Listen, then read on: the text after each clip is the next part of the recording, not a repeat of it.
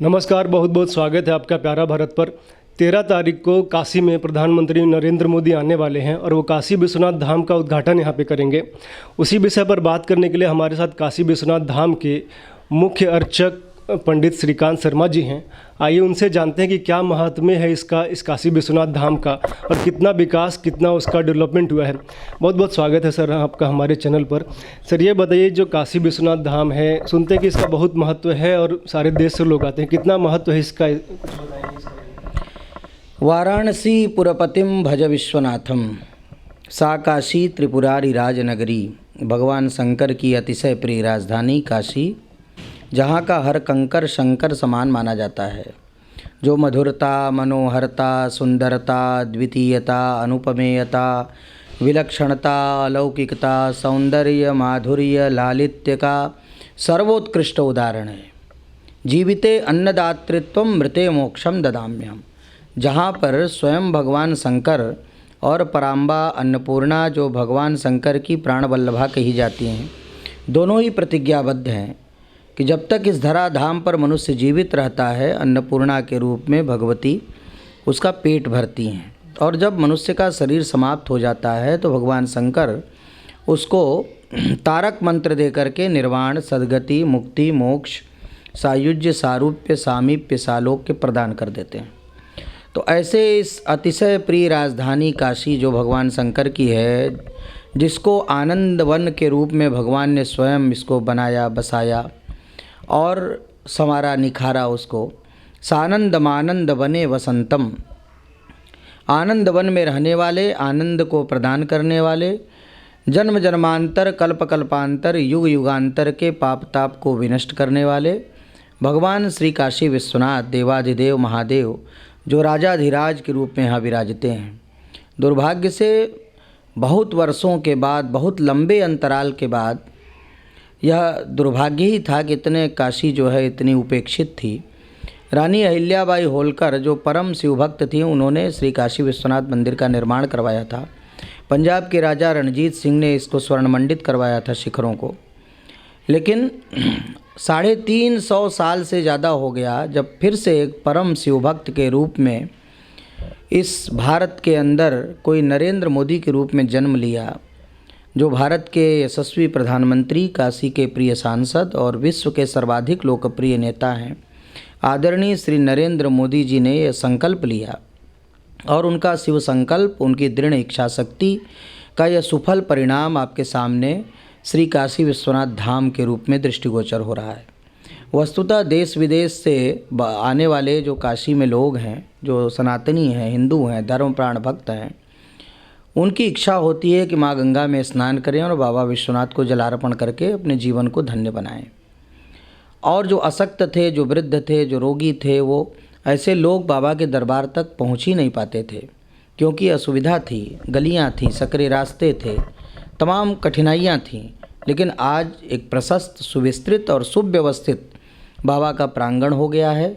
राज राजेश्वर के स्वरूप के अनुरूप भव्य और दिव्य श्री काशी विश्वनाथ धाम का निर्माण, यह आदरणीय नरेंद्र मोदी जी की धर्मपरायणता का सर्वोत्कृष्ट उदाहरण है। भारत के धर्मगुरु बनने की यात्रा का श्री गणेश है। और जो आने वाले लाखों लाख जो भक्त हैं, उनके लिए एक आनंद का अवसर है, क्योंकि काशी में आने वाले लोग जो होते हैं, उनका केंद्र होता है बाबा विश्वनाथ का दरबार और गंगा का किनारा। तो अब गंगा का किनारा बाबा के दरबार से जुड़ गया है। ललिता घाट से लगायत बाबा के दरबार तक जो 2000 स्क्वायर मीटर में सिमटा हुआ मंदिर था, आज 52,000 स्क्वायर मीटर के ज़्यादा से क्षेत्रफल में इसको बड़े ही अच्छे ढंग से और बड़े कम समय में, यह भी चमत्कार है। मैं समझता हूँ कि भगवत प्रेरणा से ही, भगवत माया से ही, भगवत अनुग्रह से ही आदरणीय नरेंद्र मोदी के हाथों ये इतना बड़ा काम हुआ है विश्व स्तर का, जहाँ पर 13 तारीख को इसका लोकार्पण होगा और देश भर के धर्माचार्य जहाँ उपस्थित होंगे, उनके सन्निधान में भगवान श्री काशी विश्वनाथ धाम लोकार्पित होगा। श्री काशी विश्वनाथ धाम की विशेषता यह है कि इसके अंदर भित्तियों पर, दीवारों पर काशी खंडोक्त और स्कंद पुराण में वर्णित जो उपाख्यान है भगवान शंकर से संपृक्त, वो सब यहाँ पर अंकित किया गया है। जो नई पीढ़ी है वो भी आकर के काशी के रहस्य को संक्षेप में कम समय में समझ सकती है, जान सकती है कि भगवान के त्रिशूल पर बसी हुई काशी जो अविमुक्त क्षेत्र कही जाती है, जो अविनाशी है, जो प्रलय काल में भी नष्ट होने वाली नहीं है, जो अनंतानंत ब्रह्मांड को चमत्कृत करने का सामर्थ्य रखती है, जो अनंतानंत जगत का नेतृत्व करने का सामर्थ्य रखती है, जो सर्व विद्या सर्व शिक्षा की राजधानी है, जो शंकर की राजधानी है, जहाँ का हर कंकर शंकर समान कहा गया है, ऐसी काशी का कायाकल्प हो गया है। और जैसा कि आदरणीय नरेंद्र मोदी जी ने कहा था कि काशी की पुरातनता को नष्ट किए बिना नए कलेवर में कैसे इसको सजाया संवारा निखारा जा सकता है, उसका देदीप्यमान उदाहरण श्री काशी विश्वनाथ धाम जो सज धज कर तैयार है लोकार्पित होने के लिए।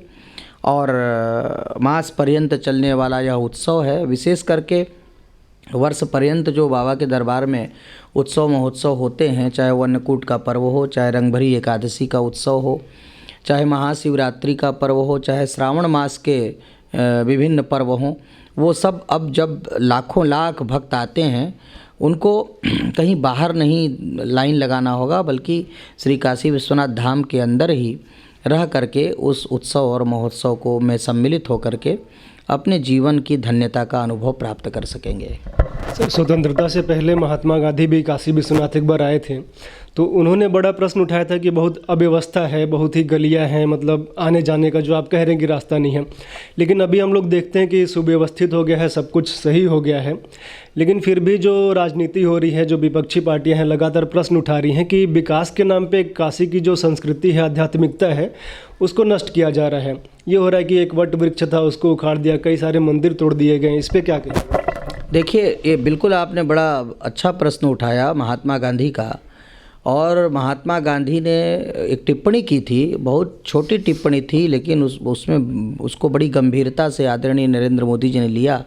और शायद उनके व्याख्यानों में आपने सुना भी होगा कि उस टिप्पणी को लेकर के वो बड़े गंभीर रहे, और उन टिप्पणियों को लेकर के ही वो शायद उनके मन में ये संकल्प हुआ, एक उन्होंने सोचा, ऐसा उनका चिंतन हुआ, और आज उसी का सुफल परिणाम है।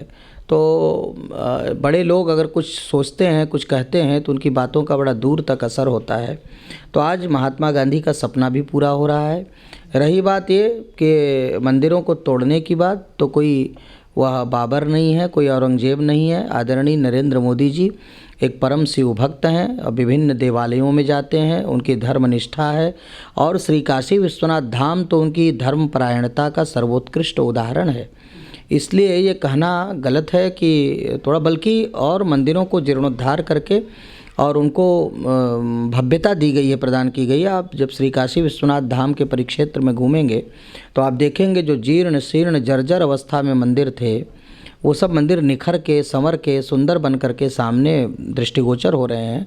और अब आने वाले भक्तों को, और जो अन्य विग्रह हैं उनको भी उस पूरे मणिमाला बनाई गई है, क्योंकि केंद्र में भगवान विश्वनाथ और अन्य जो है विग्रह उनको मणिमाला के रूप में वहाँ पर बनाया गया है। इसके अतिरिक्त सबसे महत्वपूर्ण बात यह है कि 107 साल के बाद भारत से चोरी गई अन्नपूर्णा की मूर्ति आदरणीय नरेंद्र मोदी जी के सत प्रयास से कनाडा से वापस भारत आई, और भारत आने के बाद भगवान श्री काशी विश्वनाथ के पास में उनको प्रतिष्ठित कर दिया गया आदरणीय योगी जी के हाथों से।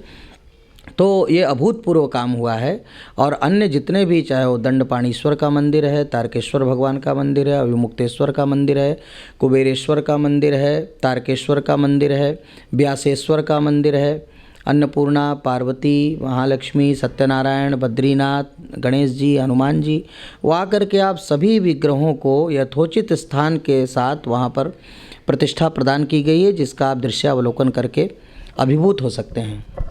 सर, जितने भी भक्त जाते हैं काशी विश्वनाथ धाम में दर्शन करने, जो भी जाते हैं, तो उनके मन में एक टीस रहती है कि जो नंदी जी हैं वो शिव जी की तरफ उनको देखना चाहिए, देख कहीं और रहे हैं, मस्जिद की तरफ देख रहे हैं। तो उस पर क्या चल रहा है कि मतलब जैसे जो नारा भी लगाते हैं कि अयोध्या झांकी है, काशी मथुरा बाकी है, तो उस दिशा में कुछ काम हो रहा है? हाँ, वो न्यायालय में विचाराधीन है विषय। और ये बात सही है कि चूँकि पहले तो मंदिर वहीं था जिस तरफ नंदी देख रहे हैं, और वो मंदिर विध्वंस हुआ था, यह भी इसका प्रमाण है इतिहास। और पूरे उसको परिसर को आप देखेंगे तो पीछे का पूरा मंदिर का भूभाग दिखाई पड़ता है, भूतल में अनेक शिवलिंग हैं।